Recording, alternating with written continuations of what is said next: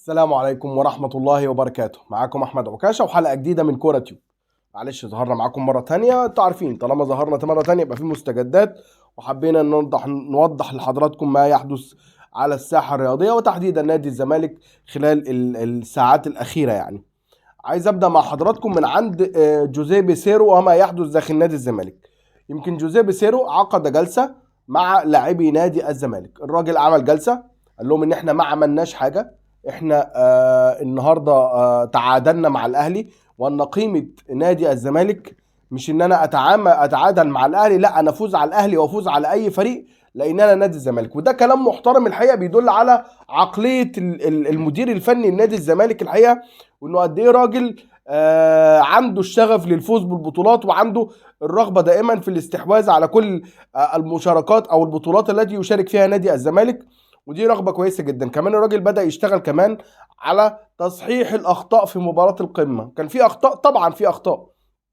الراجل من وجهة نظره ان في بعض الامور لو كانت لم تحدث كان الزمالك ما دخلش فيه هدف. ده رقم واحد. رقم اتنين، كان الزمالك قدر انه يستغل الحال او الهجمات اللي سنحت للفريق انه يقدر انه يسجل اهداف ويفوز على الاهلي. فالراجل شايف ان في اخطاء وده عاجبني. يعني الراجل ما ارتكزش ان خلاص يا جماعه احنا في شكلنا كويس في الملعب بعيدا عن النتيجه، يعني سواء تعادل او فوز او خساره اي حاجه. الراجل ما ارتكزش على ان احنا شكلنا حلو في الملعب، لا انا دخل فيها هدف. الهدف اللي دخل في مرمانا ده دخل ازاي؟ لا فينا في قصور هنا، واحد اتنين تلاته. انت كان عندك دور، انت في نص الملعب كنت لازم تقوم بدور و كمان الراجل الحقيقه اتكلم مع دونجا. الراجل كان بعد او في خلال حتى المباراه واضح ان هو معترض على تحركات دونجا او تعامل دونجا مع الكرة. يمكن في لقطة ممكن تكونوا حضراتكم شفتوها كده، ودونجا معاه الكرة والزمالك رايح بهجمة، دونجا وقف عطل الهجمة بدل ما يلعب الباص الطولي او يلعب حتى بينية او ثرو، يعني من وسط لاعبي الاهلي تضرب الدفاع وتروح للاعبي نادي الزمالك. لا هو وقف على الكرة، لف حوالين نفسه شوية بعدين راح مباصيها بالعرض. هنا في اللقطة دي لو الناس شافتها، في ناس ممكن تكون شافتها يعني، هتلاقي الغضب العارم عند جوزيه اللي قعد جوزيه جوميز، لانه سوري جوزيه بيسيرو اللي قعد يتنطط كده على الخط وكان غاضب جدا. اتكلم مع دونجا في الامور دي، قال له انه لازم يكون عنده سرعه البديهه اكتر من كده، ان هو بيستلم الكوره لازم يبقى باصص قدام وشايف زملائه في موقعهم عاملين ازاي يقدر يمرر الكوره. والحقيقه اللعيبه بتسمع من بيسيرو، واضح ان اللعيبه حابه تسمع منه وحابه تتعلم منه. فالحقيقه ده امر طيب جدا. كمان الراجل في جلسته مع اللعيبه قال لهم احنا عايزين ناخد الدوري. طبعا على الورق الناس كلها بتتكلم ان الدوري صعب. انت الفرق ما بينك وما بين الاهلي اعتقد 5 نقاط، والفرق ما بينك وما بين بيراميدز 8 نقاط.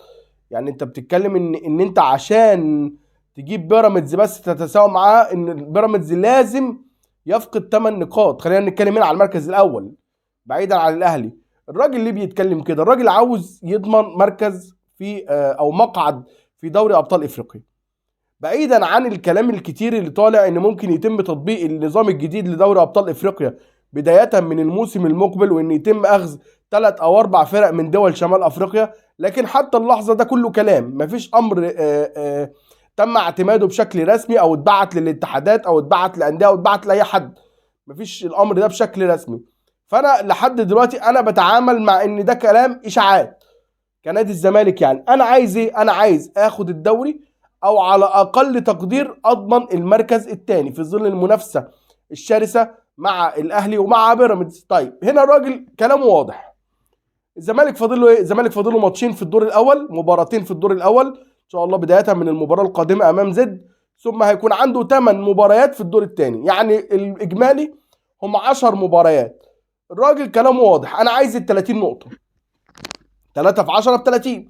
انا يا باشا عايز ال 30 نقطه دول، انا مش عايز اتعثر في ولا نقطه. في الدور الثاني هقابل الاهلي وهقابل بيراميدز، عايز اكسبهم.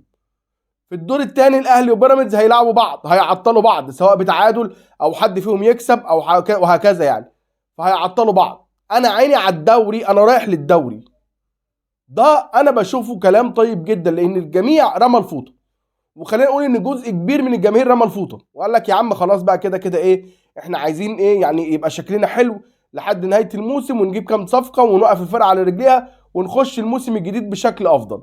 الراجل مش عايز، ما بيسمعش الكلام ده اصلا، ومش عايز يوصل للعيبه الكلام ده. انا بوصل للعيبه ان انا هاخد الدوري بشكل كامل، حتى المركز الثاني الراجل ما بيتكلمش عنه، لان انا كلام الراجل عنده قناعه. انا لو قلت لك العب على المركز الثاني، لو قلت لك اشتغل على المركز الثاني، يبقى انا هوقع، هوصل للثالث او الرابع كمان. لكن لما اتكلم على الاول فعلى اقل تقدير هوصل للمركز الثاني. زائد ان انت عارف ان انت على المستوى التحكيمي يعني هبص، يعني هيتحط عليك، بجيب لك من الاخر، هيتحط عليك يا باشا. فالزمالك عاوز يكسب ال 30 نقطة اللي جايين، وساعتها يحلها حل. الراجل قال لهم اعملوا اللي عليكم وهنكسب ال 30 نقطة. والله بقى هم فقدوا نقاط ما فقدوش نقاط، نبقى احنا عملنا اللي علينا. انا بشوف ان ده كلام محترم جدا من المدير الفني، وان شاء الله اللعيبة تكون على قدر المسؤولية وانهم يقدروا يعملوا كده. طب الناس بتسأل الزمالك هيعمل ايه؟ هو الزمالك هيكمل ب3 في الدفاع ولا هيلعب ب4 ولا الحقيقة ان الراجل شغال على الناحيتين. يعني الراجل مش هيديك طريقة لعب معينة تقدر تحسمها، هو الراجل بيشوف في التدريبات، الراجل بيشوف ان انا هقعد هدرب اللعيبه وهجرب الطريقه دي وهجرب الطريقه دي وهشوف. والله حسيت ان 4-4-2 في بعض المباريات هي اللي ضروريه، او 4 في الدفاع، يعني خلاص هنلعب 4. لعبنا ب3 هنلعب ب3. وخاصه ان الراجل كمان لقى ده على مستوى الهجوم. يعني هدف الزمالك في الاهلي وانت بتلعب ب3 في الدفاع لما طيرت الباكات بشكل كبير، هو مين اللي جابه؟ مين اللي صنع الهدف؟ اللي صنع الهدف هو عمر جابر، والاثنين جوه ال 18، وبنتايج اللي مكمل جوه ال 18. شغل ان انت بتلعب ب3 ليه مميزات كبيره جدا جدا جدا. كمان خلي بالك ما تنساش ان انت جاي لك لعيبه هتدعمك بشكل كويس. يعني الراجل لما لعب بشحاته مثلا ودونجا وقدامهم عبد الله السعيد هو اللي كان بيتحرك، ده ممكن يكون الراجل شاف ان فيه ارهاق. لكن لو انا مثلا رجعت عبد الله السعيد 8 في بعض المباريات، واديت بقى الناصر ماهر اللي رجع لي خلاص، اديت ناصر ماهر انه يلعب في المكان ده، لان ناصر بيجيد بشكل كبير جدا، هو بيلعب جناح وبيلعب صانع العاب. فده هيكون مميز. طبعا في بقى مصطفى شرب وفي الجفالي وفي اللعيبه دي كلها. فان شاء الله باذن الله يبدو ان الراجل عنده قناعه بطريقه لعب او بطرق لعب عديده هيطبقها في كل مباراه على حدد. ولكن في النهايه اللي الراجل هيشوفه طريقه اللعب اللي هتناسب الزمالك هتتنفذ.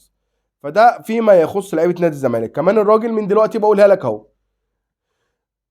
ماتشين الدوري اللي جايين دول هيتلعبوا بامر الله، يعني ان شاء الله مباراه زد والمباراه اللي بعدها في ختام الدور الاول، وهيكون في اجازه من 5/3.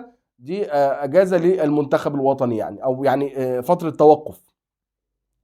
الراجل من دلوقتي عاوز يعمل معسكر تاني. الراجل بيتعامل مع نادي الزمالك ان انا جاي على بدايه موسم، مش جاي في نص موسم، وبما ان انا عندي وقت ان انا اقدر اعمل معسكر اعداد، فانا عايز اعمل معسكر اعداد.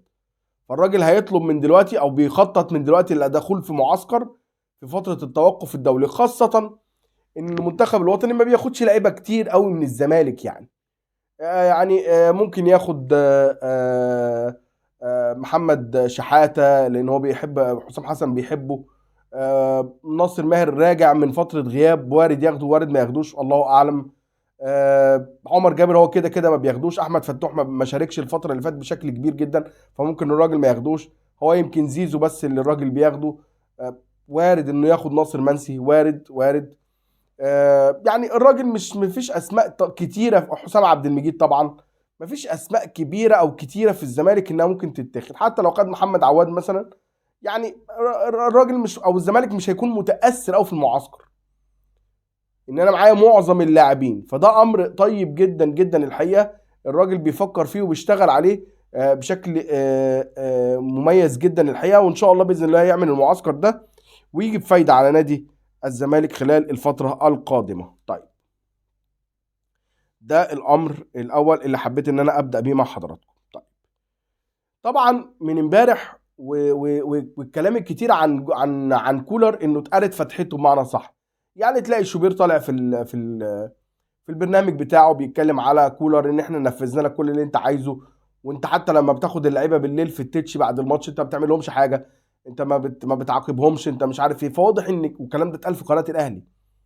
فلما الكلام ده يطلع من قناه الاهلي، الكلام رايح في سكه كولر بشكل كبير. والحقيقه الناس في النادي الاهلي كانت بتمني النفس بقدوم جوميز. بجيبها لك من الاخر. طلع كلام كتير كيروش، طلع كلام كتير مش عارف ايه. النهارده احد الاصدقاء بيقول ان هم عايزين يكلموا يواكيم لوف. لو تفتكروا يواكيم لوف المدير الفني الالماني اللي كان ماسك منتخب المانيا وقدروا يفوز معاهم بكأس العالم. بس هل الاهلي قادر على دفع راتبه؟ انا اعرف ان الاهلي قادر يدفع اي حاجه، بس هل الاهلي قادر على مرتب يواكيم لوف؟ فالاهلي بيفكر في يواكيم لوف، فكر شويه في كيروش، فكر شويه مش عارف بايه. بس اعتقادي انه هيكون صعب يعني. بس الناس كانت بتمني النفس بجوميز بجد، سواء جمهور الاهلي، سواء صحفيين الاهلي، اعلاميين الاهلي، اداره الاهلي، كل الناس كان نفسها في جوميز. لكن الحقيقه ما يحققه جوميز مع الفتح هو اشبه بالمعجزه. يعني جوميز لما راح لنادي الفتح السعودي ومسك الفريق، الجميع قال لك ده عم ده فريق في المركز الاخير ومغلوب من طوب الارض، فايه هيتغلب كم مره وهيبقى فاضي، فلو احنا حبينا ان احنا نمشي كولر هنجيبه ساعتها. لكن جوميز بيحقق معجزات مع الفتح. يكفي ان انا اقول لك ان الفتح في اخر اللي هو ما كانش بيكسب اي حد خالص والمركز الاخير، اخر 3 ماتشات بس الراجل قدر انه يفوز او يعمل انتصارات متتاليه، ويبدا انه يتقدم وطلع ل3 مراكز قدام. يعني دخل لمنطقه البقاء والاستمرار في الدوري. فجوميز يحقق معجزات، وجوميز مدرب كبير يا جماعه. جوميز مدرب كبير جدا وعرف ازاي يتعامل مع الفتح، خاصه ان جوميز من النوعيه اللي هو عارف ماتشات الكؤوس. انا مش مطالب مني انافس على بطوله، لكن هو داخل كل مباراه دلوقتي كانه بيلعب زي السوبر الافريقي كده، بقفل والعب على المرتده، وانا عندي وعنده كام لعيب الحقيقه عندهم التحولات الهجوميه بشكل مميز جدا. فالراجل قادر على الفوز. فالحقيقه جوزيه جوميز قدر ان هو يعني يتحرك بفريق الفتح من المراكز المتاخره الى مراكز مطمئنه شويه، وده اعجاز. يعني انا عايز اقول لك ان هناك الصحف السعوديه بتتغنى بما يقدمه جوميز. فجوميز حتى لو النهارده مشي من الفتح، انا بقول لك وانت مغمض جوميز هيجي له عروض من اكبر انديه الدوري السعودي. وده قدر الزمالك دايما ان هو يكون بوابه للتحرك سواء نجومه او مدربينه الى اعلى المستويات. فجوميز ومعاه طبعا مساعده احمد مجدي ابن نادي الزمالك الحقيقه بيحققوا معجزات. فاصبح الامر بعيد بعيد جدا عن الاهلي. فعشان كده الناس بتقول لك ايه، طب ما نصبر شويه، جايز يحصل اقاله ولا حاجه. فحته كولر الناس لسه ما زالت متخوفه من رحيله، ولكن جوميز هدف، ولكنه هدف بعيد بشكل كبير جدا. الونش، احنا لسه متكلمين على ان جوميز ابن الزمالك اللي الاهلي عايزه، والاهلي تقريبا ما بيعرفش يعمل حاجه لوحده يعني، او ما بيعرفش يختار لوحده. انا حتى لسه شفت فيديو منزلينه بعض الاصدقاء على الفيسبوك كده، يعني لاحد الصحفيين المعروفين بانتمائه للاهلي اللي بيعمل فيديوهات يوميا يعني، وهو بيتكلم على ان الاهلي عايز بنتايج وعايز حسام عبد المجيد وعايز زيزو. الفيديو موجود كده والله، انا شفته على الفيسبوك يعني. فعمال يقول انا كلمت المسؤولين في الاهلي قالوا لي ان احنا عايزين ال3 دول. هو احنا يا جماعه ما بنعرفش نجيب حد لوحدنا؟ يعني ايه، وانا كل ما عاوز اجيب لعيبه اروح للزمالك، وانا فين العين اللي عندي؟ وكان منفعل جدا. الحقيقه ان الجديد ان نفس الشخص لقيته او بعض الاشخاص مش هو بس يعني بداوا يتكلموا عن طرح اسم الونش داخل اروقه النادي الاهلي، وان الونش ممكن ينضم للاهلي. بصوا يا جماعه عشان اجيب لك من الاخر بس، هو الاهلي اولا انا شغلتي في الحياه ان انا هشتتك، او بلاش نقول الاهلي يعني المحسوبين على الاهلي، هشتتك. هفضل اضرب لك في اخبار واطلع لك اخبار واعمل لك مش عارف ايه، والعب في دماغ ده والعب في دماغ ده والعب في دماغ ده، واشتته واخليه خارج التركيز عشان ان انا يعني اخليه اعطلك بمعنى اصح. طب هل الونش في حسابات الاهلي؟ وارد ان يكون في حسابات الاهلي، لكن الونش نفسه الاهلي او ان حاطط الاهلي في حساباته، معلومتي الاجابه لا. والونش باذن الله مجدد ومكمل مع نادي الزمالك. انا عارف ان النهارده او ان حضرتك ممكن تكون دلوقتي بتقول لي ايه، الونش مستواه مش افضل حاجه. الونش مستواه مش افضل حاجه، وانا نفسي حزين على مستوى الونش في الوقت الحالي. لكن يا جماعه خلينا نكون متفقين ان انت بتتكلم عن لاعب بقاله سنتين ما بيلعبش، وجه من الدار للنار فجاه لعب، خاصه بعد اصابه المسلوسي. المباراه اللي فاتت لما لعب صلاح مصدق، احنا ما كناش نعرف حتى مستواه عامل ازاي. ويبدو ان لسه احمد حسام رغم ادائه المميز جدا في مباراه فاركو، لكن لسه برضه محتاج وقت انه يخش في التشكيله الاساسيه. فقدر الونش ان هو كمدافع كبير انه دخل بسرعه. في الحاله، في حاله المباريات يعني، او جو المباريات. انا مش قادر الوم الونش، ما اقدرش الوم الونش. بس في نفس الوقت لو في فرصه ان الونش يهدى، والزمالك يعتمد على احد اللاعبين الاخرين خلال الفتره القادمه، والونش ياخد تدريجيا، لان الموضوع صعب. الونش محتاج يصفي ذهنه، محتاج انه ياخد وضعيه المباريات اكتر. يا جماعه سنتين كتير كتير. فانا عارف ان ممكن دلوقتي حضرتك تقول لي الاهلي يا عم هياخد الونش ليه، ده مستواه عامل ازاي؟ لا، الجميع يعلم قيمه الونش. ودايما يا جماعه بنقول للاسف احنا عندنا مشكله كبيره جدا جدا، وخاصه في نادي الزمالك او جمهور نادي الزمالك او قطاع من جمهور نادي الزمالك. اللعيب لما مستواه بينزل بننسى كل اللي بيعمله. يعني لو الونش النهارده مستواه مثلا نزل شويه، انا متفهم ان انا كنادي الزمالك وجمهور نادي الزمالك انا عايز اللعيبه على طول اللي صاحي. بس يا جماعه في كل العالم كده، في كل العالم كده اللعيب ممكن الكيرف ينزل ويعلى تاني. يا جماعه اعظم لعيبه العالم الكيرف بينزل عادي والله، وبيقعدوا فتره، ممكن يقعدوا بالشهور مستواهم صعب، فجاه تلاقيهم عليوا تاني. يا جماعه ده طبيعي. يعني انا عايز اسالك سؤال، هو الفتره اللي فاتت هالاند، هو في كان حد اكتر من هالاند؟ طب هالاند عامل ايه الموسم ده؟ الموسم ده انت شفت هالاند بنفس القوه؟ انا هنا لا اقارن بين هالاند ولاعيبه نادي الزمالك عشان محدش ياخد بس الكلام في قصه مقارنه، لكن انا بتكلم ان هبوط المستوى بيحصل لاي لعيب في العالم. مفيش حد يا جماعه بيدب في لعيبته زينا، مفيش حد بيوقع لعيبته زينا يا اخوانا. فلما اقول ان الونش مستواه مش افضل حاجه، ده طبيعي، بيحصل وهيحصل. فده اتمنى ان بالراحه وبالعقل يعني بالهدوء كده، وباذن الله اساعد لعيبتي انها تقف على رجليها تاني. ما هو انا لعيبي لما يقع انا هستفاد ايه؟ بالعكس انا بخسر. ما هو اللعيب ده مكمل معايا نهايه الموسم، اللعيب ده على الاقل تقدير، مش هقول لك ان الونش مكمل كده كده، الونش مكمل لبعد نهايه الموسم بامر الله، لكن انا بتكلم ان حاليا هو الونش كده كده مكمل معايا نهايه الموسم. فلازم النهارده وانا كده اقف جنب اللعيب بتاعي، احفزه واخليه يقف على رجليه، خاصه ان انا شايف ان في حاجه حلوه بتحصل، يبقى انا ادعم. ده اللي انا اعرفه، ده اللي انا بتكلم عن نفسي وجهه نظري يعني. حضرتك ممكن تتفق معايا، ممكن تختلف معايا، على راسي انا. يعني الاختلافات بالنسبه لي يعني امر صحي جدا جدا، يعني ما عنديش ادنى مشكله. ممكن حضرتك تقول لي تعالى دلوقتي انت مش عاجبك كلامي، على راسي والله، بالعكس يعني انا ما بيضايقنيش ده. يمكن على فكره ممكن تكون وجهه نظري انا غلط اصلا، بس انا بتكلم هنا من نبع حبي لنادي الزمالك. انا مش مستفاد حاجه ان انا لما اللعيب عندي مستواه يقع ان انا اهمت فيه اكتر. بالعكس انا بمسك ايده واحاول اقومه. ده دوري كمشجع بالمناسبه يعني، ده دوري يعني. انا على الاقل تقدير بتكلم عن نفسي، ما بتكلمش باسم حد يعني.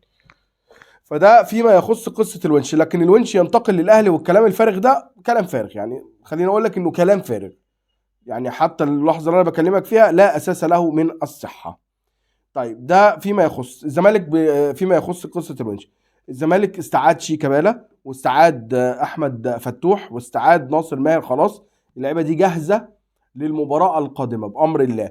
محمود جهاد لسه شويه، يعني الراجل النهارده بيتدرب، يعني لسه الموضوع شكله مش هيلحق مباراه زد القادمه. لكن شيكابالا وفتوح وناصر ماهر ان شاء الله باذن الله جاهزين يعني، والراجل يستعين باللي يستعين بيه ايا كان. بالمناسبه برضو معلش، قصه فتوح بالنسبه لي بيقدم مستويات سيئه. لكن برضو فوجئت ان ان بعض اصدقائي والله على الفيسبوك يعني، اللي هو ما يمشي فتوح احنا كده كده معانا بنتائج. هو انا ليه لازم لما يتالق عندي حد امشي التاني؟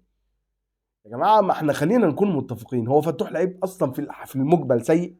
لا ممكن يكون الفتره اللي فاتت ما كانش كويس. والله العظيم انا ما عندي ازمه انك تقول على لعيب ان هو مستواه مش افضل حاجه، وانا نفسي شايف ان هو، على فكره انا متفق معاك، يعني احنا الاثنين في نفس الجهه، انا مش مختلف ان فتوح مستواه سيء. بس انا نفسي ان انا مش عشان اشيد بلعيب اوقع التاني. ما انا يا جماعه لازم يكون عندي النهارده بنتائج وعندي فتوح، ايه المشكله؟ بالعكس المنافسه اللي ما بين فتوح وما بين بنتائج دي تعود بالفائده على نادي الزمالك. يعني فتوح لما ما يبقاش ليه بديل هتلاقيه بقى ايه، ما بيتدربش كويس، كده كده انا هلعب، هو مين هيلعب غيري يعني؟ لكن النهارده بنتايج حط رجله في الملعب بشكل اساسي. النهارده مفيش مخلوق يقدر يقول لك بنتايج يقعد، يبقى بني ادم يعني غير عاقل يعني. لكن النهارده لما اتكلم على فتوح وان فتوح يجز ويبقى عايز يلعب، وارد انه يتوظف في مركز كمان في وسط الملعب او كمدافع ثالث، على فكره بيصيروا هيلاقي له صرفه، لان فتوح من افضل ممرري الكره في الدوري المصري، من افضل اللاعبين. انا بس لولا ان انا مش بتاع احصائيات، بس ممكن اجيب لك الاحصائيات، لكن انا بكلمك بالعين المجرده والله.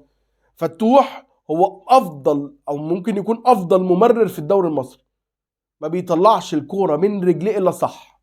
عنده قصور كتير في الحاله الهجوميه لما بيخش، والاوفر والحاجات دي كلها اللي تفوق فيها بنتايج. عنده قصور في الدخول جوه ال 18 اللي تفوق فيها بنتايج. لكن عنده كمان ثبات في المستوى الدفاعي، عنده ثبات او تميز في التغطيه العكسيه، عنده تميز بشكل كبير جدا في الوقوف على الكره وتمريرها بشكل صحيح، فعنده مميزات. انا امنيه حياتي ان انا استغل فتوح في وسط الملعب.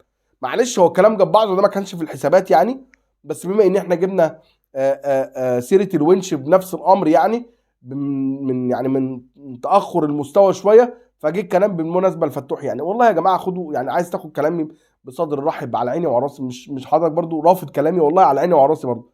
بس انا بكلمك وقسم عظيم بالله يمين احسب عليه، كلامي ده من نابع من حب النادي الزمالك، ليس الا ده فيما يخص قصه فتوح ايضا، واستعاده فتوح وناصر اللي هيعملوا تقل لسكواد الزمالك ان شاء الله باذن الله في مباراه زد القادمه.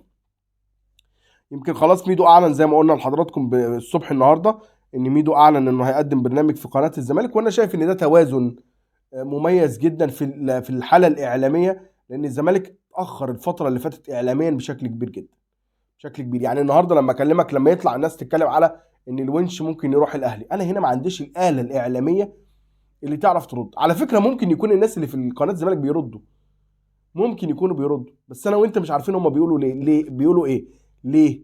لان مفيش القاعده، يعني مفيش شغف ان انا اروح اتفرج. لكن لما يبقى ميدو موجود، انا هروح اتفرج اشوف هيقول ايه.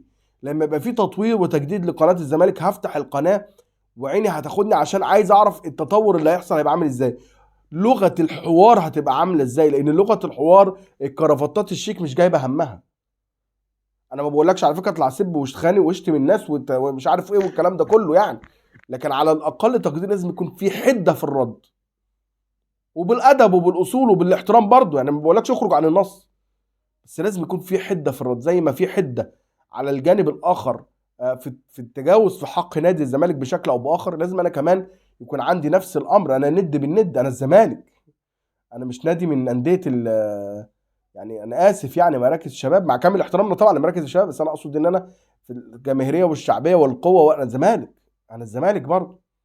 فقصه القناه انا شايف ان ده امر مميز جدا الحقيقه، واتمنى ان الفتره اللي جايه يكون الدنيا افضل كمان وافضل وافضل خلال الفتره اللي جايه. بمناسبه الاعلام، مصطفى عفروتو، فاكرين عفروتو لاعب الاهلي السابق يعني او الاسبق، طلع في قناه النهار.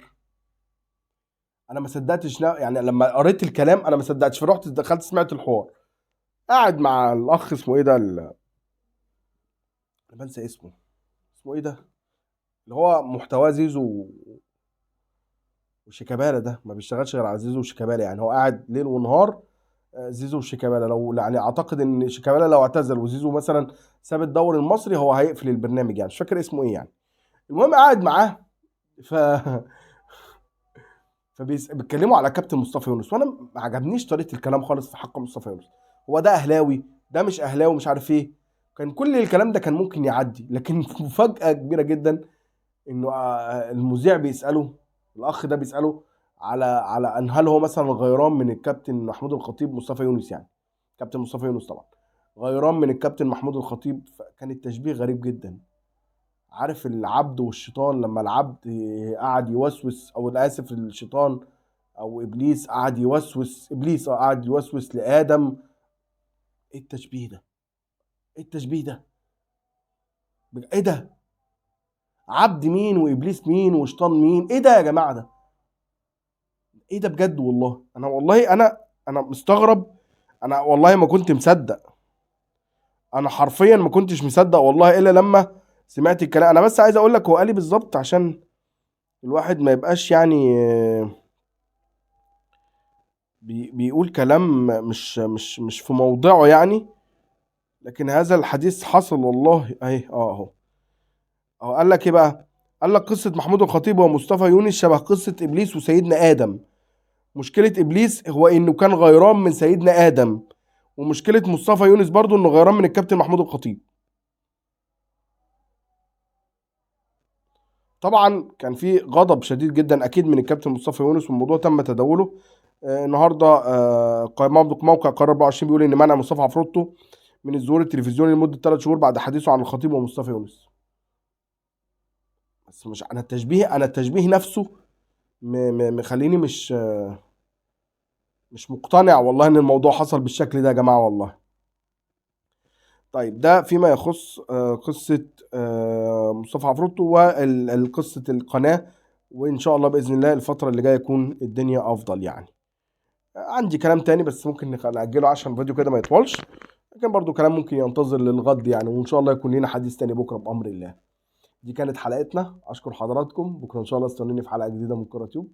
السلام عليكم.